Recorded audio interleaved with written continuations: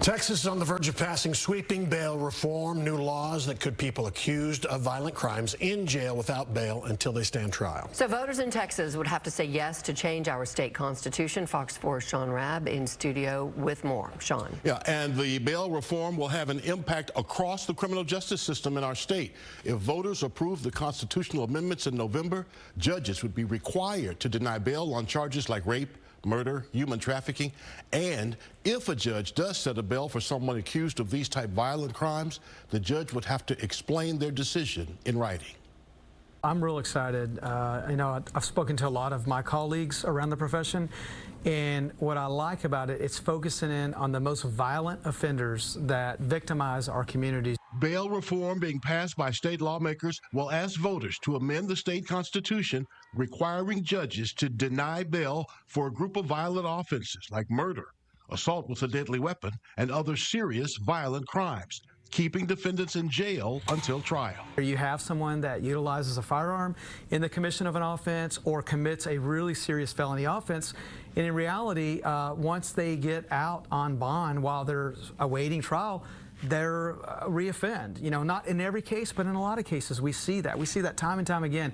And that's frustrating, not only for the community, but for our police officers, our detectives. We are in White Settlement in the parking lot of the Red Roof Inn. This is Detective Laura Gonzalez. A White Settlement case we profiled on Trackdown is, Chief Cook says, an example of why Texas needs bail reform. Back in August 2024, a very violent offense at a local hotel.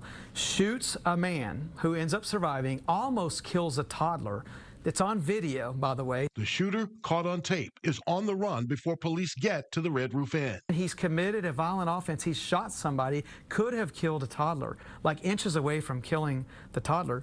And then he goes on the run for 10 months. Then they find him. He runs again in a vehicle, which is a felony. And then he bonds out, and he's back in the community awaiting trial. Yeah, frustrating. Another legislative action would limit who is able to get out of jail on personal recognizance bonds, cashless bonds, and would allow prosecutors to appeal bail decisions by judges, keeping a defendant in jail for up to 20 days more while the appeal is heard. We recognize bail as a guarantee to come to trial. We understand that. We want people, when they're out on bond, to not reoffend. We don't want additional offenses. Other proposed legislation that would also require a constitutional amendment would specifically deny bail to people in the country without legal status accused of a wide range of serious crimes. Some Democrats have pushed back, saying it would violate due process rights of immigrants.